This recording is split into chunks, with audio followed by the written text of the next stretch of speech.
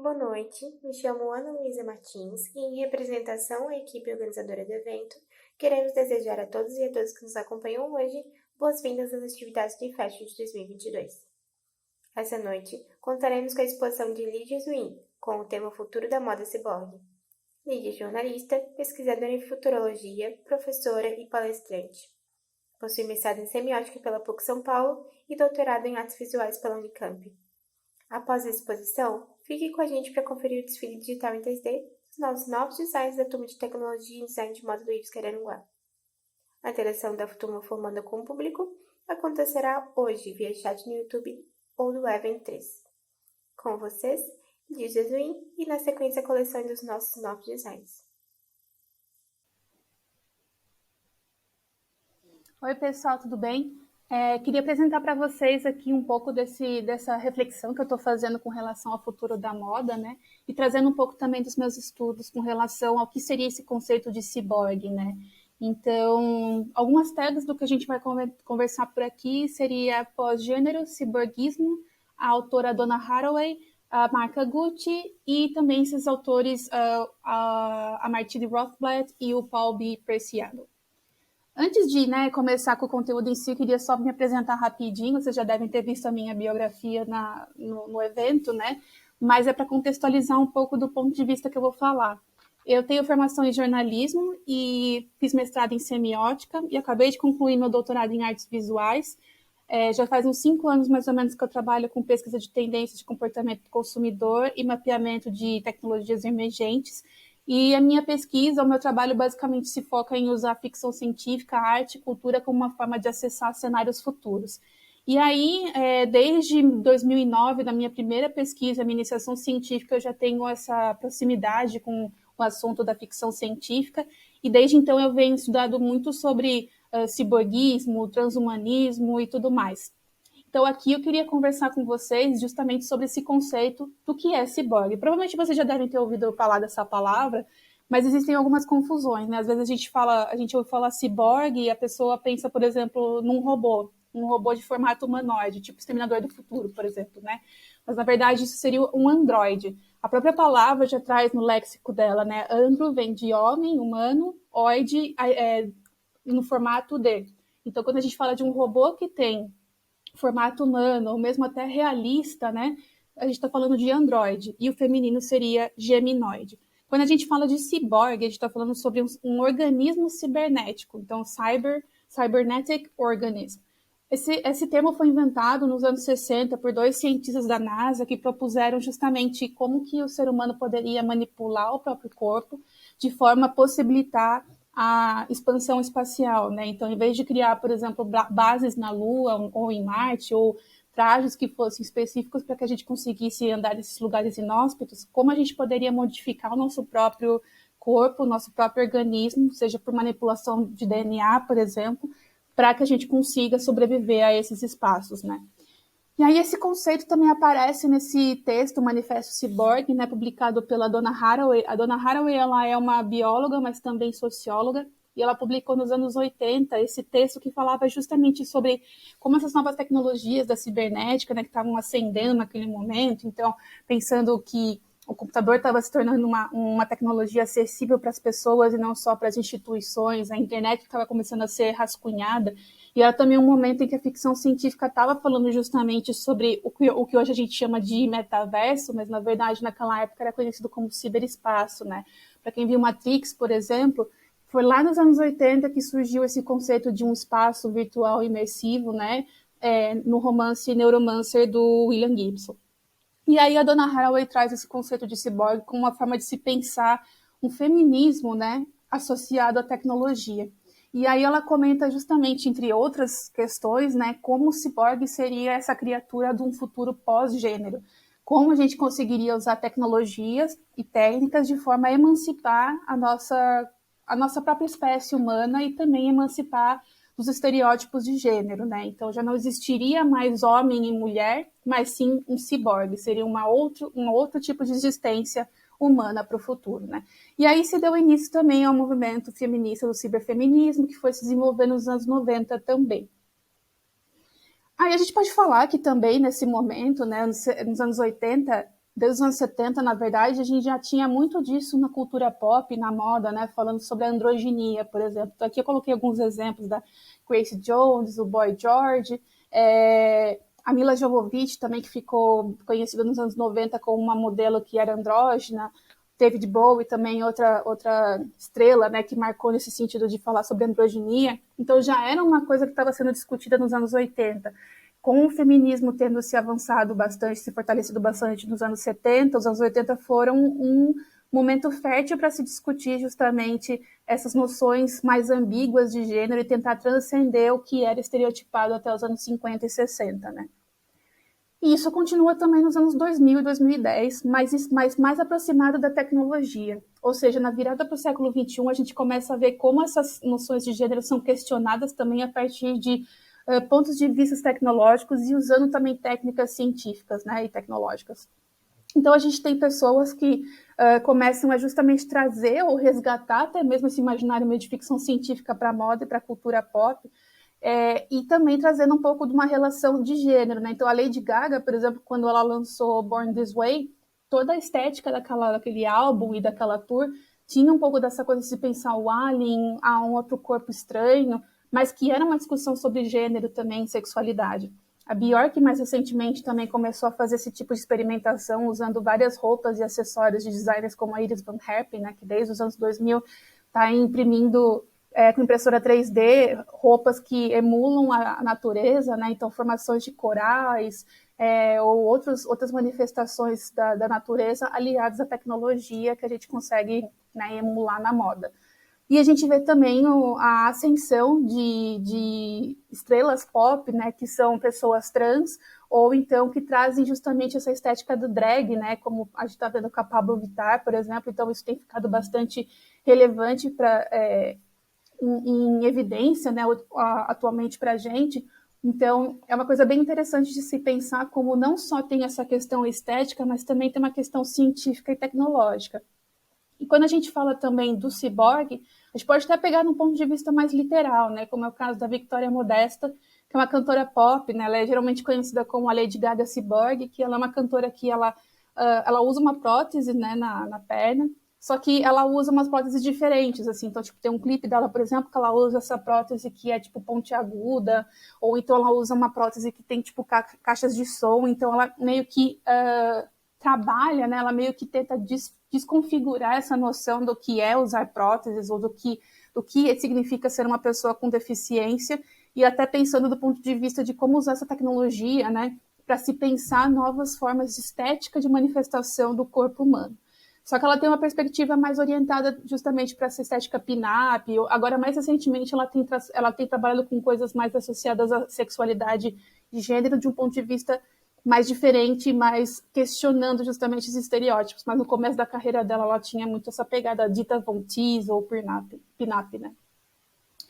E em 2018 também ficou bem, né, conhecido esse desfile. Muita gente começou a compartilhar nas redes sociais, justamente porque foi bem diferente do que estava rolando na época, né? O Alessandro Michele, ele contratou uma firma de efeitos especiais de filmes de terror na Itália para fazer, junto com ele, esse desfile da coleção de outono e inverno em 2018.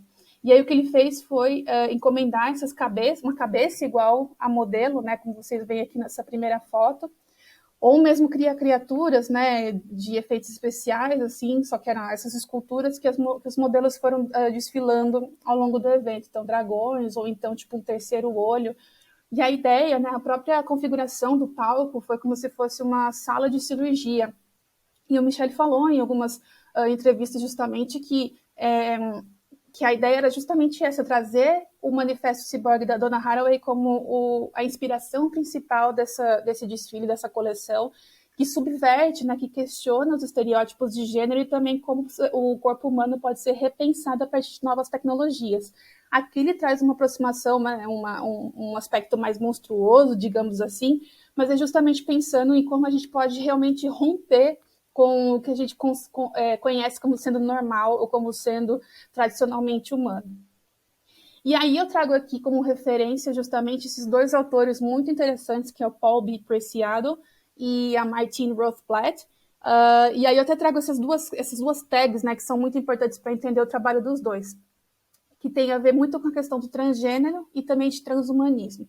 O Paul B. Preciado, ele ficou bastante conhecido por conta do livro Testo Junkie, no qual ele conta justamente as experimentações que ele fazia com testosterona antes de fazer a transição, né? Ele é um homem trans. E aí ele comenta como a testosterona, no final das contas, é um hormônio, mas também é um conhecimento científico adquirido que pode ser usado para manipular justamente o corpo. Então, no momento ele ainda não tinha feito a transição, né? Então ela falava que era interessante as mulheres tomarem testosterona, porque aí você conseguia, por exemplo, ter mais libido, ou então ter mais performance, conseguir, por exemplo, formar músculos de forma mais fácil do que uma mulher geneticamente normalmente consegue e tal. E aí ela começa a falar nesse livro justamente como os transgêneros hoje, na verdade, as pessoas que são trans, elas conseguem usar tecnologias de forma a moldar a identidade de gênero delas, né? Então, através, seja do consumo de hormônios, ou então mesmo fazendo cirurgias plásticas, né? Com uma forma de usar técnica e tecnologia para comunicar, para sublimar essa identidade de gênero que essas pessoas possuem, né? Isso também vai de um ponto de vista que não necessariamente tem a ver com transgênero, mas sim com a própria identidade do que é ser uma mulher considerada bonita, por exemplo. Então, tem muito de justamente fazer cirurgias plásticas, tomar certas substâncias para, por exemplo, emagrecer, ou então ter o nariz dos sonhos, ou então, né, conseguir fazer essas lipo 3D, por exemplo. Então, hoje em dia, o que a gente entende por beleza é muitas vezes uma beleza alcançada por técnica e por tecnologia. Não é uma beleza natural, digamos assim. Então, ele traz justamente isso na obra dele, como o uso da tecnologia tem modificado as nossas expressões não só de gênero, mas também de beleza e de espécie humana. E aí a gente chega na Martine Rothblatt. A Martine Rothblatt é uma empresária, uma tecnóloga americana. Ela é uma mulher trans também, mas ela prefere não se identificar como mulher trans, e sim não como transgênero, mas sim como transhumana. Ela tem até um livro que ela publicou chamado Transcending Gender, no qual ela expõe um pouco mais sobre esse momento da transição dela, né? E como, na verdade, ela se identifica tanto com a questão tecnológica e científica que ela passou por essa transição, que ela prefere se considerar transhumana em vez de transgênero, porque ela justamente acredita em como a gente pode usar a tecnologia para modificar e alcançar um outro patamar da existência humana. Então, é bem interessante de ver como esses dois autores trabalham com diferentes perspectivas de se pensar tecnologia, identidade, gênero e a própria condição da espécie humana, né? E aí, por fim, a gente chega nesse momento atual, né? Eu até achei que isso fosse chegar um pouco antes, quando a Oculus foi comprada pelo Facebook em 2015, 2016, mas na verdade está rolando mais agora também com o Facebook impulsionando, né? Virando meta e falando muito sobre esse futuro da internet como sendo um metaverso. O metaverso em si é um conceito que nasceu na ficção científica também, nos anos 90, no livro Snow Crash, do Neil Stephenson, e hoje ele vem como uma proposta de uma criação de um ambiente virtual super realista e imersivo, né? Mas a gente vê também como isso tem sido aplicado com uma estética de criações de arte através de computação gráfica. E o que a gente vê, como a gente estava vendo, né, nos slides anteriores, é que as figuras pop, né, continuam também buscando esse tipo de experimentação tecnológica para pensar manifestação de beleza, de corpo e de estética, né? Então aqui de novo eu trago a Bjork, porque não sei se vocês viram o trabalho dela em realidade virtual para o álbum Vunicura, e também teve a exposição Bjork 3D, Bjork VR, aliás, que teve em São Paulo, mas também teve em outros lugares no mundo, né, no qual você podia assistir esses clipes dela que ela fez em realidade virtual. E eu acho que uns 2 ou 3 vídeos dela justamente mostravam essa transformação do corpo dela, de mulher humana, para uma coisa misturando tecnologia e natureza, né? Então, uma coisa meio inseto, meio, sei lá, fungo e tal. E é interessante de ver como ela trabalha com a Iris Van Herpen, né? Então, eu acredito que a Iris Van Herpen é uma pessoa, uma estilista, que está muito aí já estava desde o começo dos anos 2000, né, nesse topo da crista da onda, digamos assim, por justamente ter um trabalho que une tecnologia e natureza para se pensar novas formas do corpo humano, né? E aí a gente tem também uma possibilidade de repensar gênero nesse sentido, porque se a gente está pensando em outras formas de condição humana, a gente está pensando justamente naquilo que a dona Haraway estava falando nos anos 80, que é uma outra forma de existência humana que não é nem homem nem mulher, que não tem gênero, mas sim é ciborgue. E aí a gente vê também a Grimes como sendo um expoente aí da cultura pop, que já lançou, inclusive, um avatar dela, e tem feito bastante trabalhos nesse sentido, né? Então, a questão que fica para mim é, tipo, quem mais vai começar a pensar nessas coisas, né? A gente está vendo também uma movimentação no mercado de moda digital e como estão sendo vendidas roupas digitais, né, que podem ser usadas só por através de uma manipulação da sua fotografia, daí coloca a roupa criada em computação gráfica, ou então a venda de roupas, né, em jogos, então as skins de jogos como Fortnite, League of Legends e assim por diante. O que isso modifica na forma que a gente pensa com relação ao que é ser humano e sobre a própria questão de gênero, né? E uma coisa que eu acho interessante é que já há muito tempo tem essa plataforma, né, esse jogo que chama VR Chat. Ele funciona tanto em desktop, mas também em realidade virtual. E basicamente que é tipo um chat, realmente, só que em realidade virtual, e você pode escolher o seu avatar. Você pode escolher qualquer coisa. Você pode escolher ser uma menininha de anime, ou você pode escolher ser, tipo, um cara, assim, normal, um humano, mais próximo, né, do que é ser um homem humano. Ou você pode escolher, tipo, ser um dinossauro, um pato, qualquer coisa. Você pode ser qualquer coisa. Então, não necessariamente você vai conversar com uma menininha, um avatar de menininha, e vai ter uma voz que corresponde ao que você imaginaria, por exemplo, uma voz fina e até infantil. Às vezes tem uma voz masculina e adulta por trás daquilo, e não necessariamente a gente está falando com um homem cis, por exemplo. Então, é muito interessante de ver como a realidade virtual, ou a tecnologia, ela consegue realmente possibilitar, facilitar essa transcendência, né? essa revisão do que é ser humano e de como a gente se manifesta enquanto identidade no ciberespaço. Esse é um assunto já bastante velho, né? Como vocês viram, esse manifesto da dona Haraway é dos anos 80, dos anos 90, isso ficou bastante em voga na arte, na cultura. Tem um livro muito legal também da Lúcia Santaella chamado Cultura e Artes do Pós-Humano, né? Que eu recomendo super para quem tem interesse nesse tipo de assunto. Mas o que a gente está vendo é que 30, 40 anos depois, essas coisas estão começando a realmente acontecer, inclusive no setor da moda e da cultura pop, né? Então, essa é a minha ideia do que o futuro da moda pode vir a ser, que é justamente a gente conseguir chegar num ponto de um patamar de científico e tecnológico em que a gente realmente consiga fazer essa disrupção do que é gênero e do que é a representação do corpo humano e uma identidade através da estética, ou da moda, no caso. Então é basicamente isso que eu queria apresentar para vocês, é uma fala curta, mas fica à disposição nas redes sociais para quem quiser conversar alguma coisa. E aqui até deixei também essa imagem que é uma dica de filme para vocês assistirem, chama O Congresso Futurista em português. E é basicamente uma história em que a Robin Wright, né, aquela atriz, ela tem o corpo escaneado e ela pode tipo, a indústria hollywoodiana pode usar a imagem dela no que ela quiser. E aí, nesse universo, tem um metaverso, como se fosse, só que é em desenho animado, assim, né? Não é como se fosse 3D. E é interessante de ver como as pessoas adotam diferentes avatares, sejam de personalidades, ou, né, tipo Elvis, ou até, tipo, Jesus Cristo, as pessoas usam avatares, né?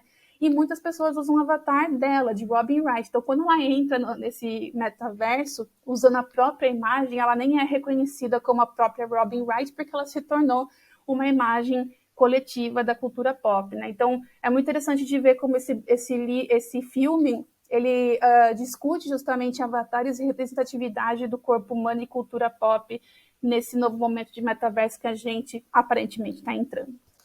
Então é isso, fica aí a minha tag nas redes sociais, meu e-mail também é lidiazuin@gmail.com, fica à disposição para quem quiser conversar um pouco mais sobre isso. Tenho meus textos também no Altab, do Futuro das Coisas, que trazem um pouco desses tópicos. E é isso, obrigada por ouvir, por ouvir a minha palestra, e é isso, obrigada.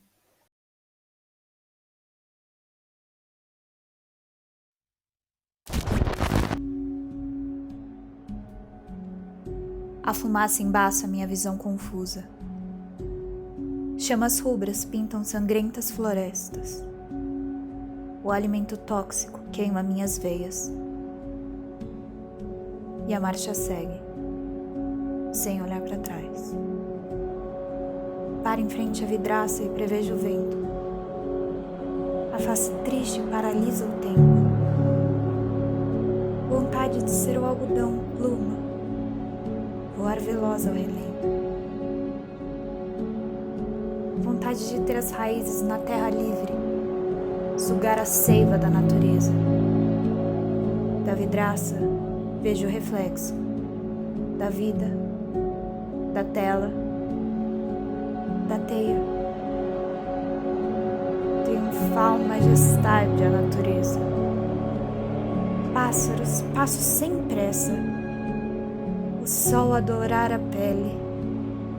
Desatadas vestes. Descalços os pés no mar inquieto. Vontade de ter as asas no céu límpido. Sorver o ar puro das brancas nuvens. Da vidraça, vejo o presságio. Aurora, mudança, uma nova era. Funesta majestade a humanidade. Fogo, passos horrendos, veneno a queimar a pele. Desbotadas vestes, descalços os pés no asfalto cinzento. Vontade de ter a coragem e romper as amarras do punho do trapo. Da vidraça, vejo o presságio. Aurora, mudança.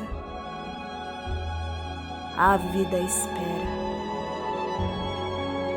Sublime majestade a mudança. Esperança a passos seguros. O ocaso a sossegar a alma. Gloriosos sonhos. Descalços os pés da alma inquieta. Mas a fumaça embaça minha visão confusa. Sangrentas florestas choram lágrimas rubras. A tóxica fúria queima minhas veias. E a marcha segue, sem olhar para trás.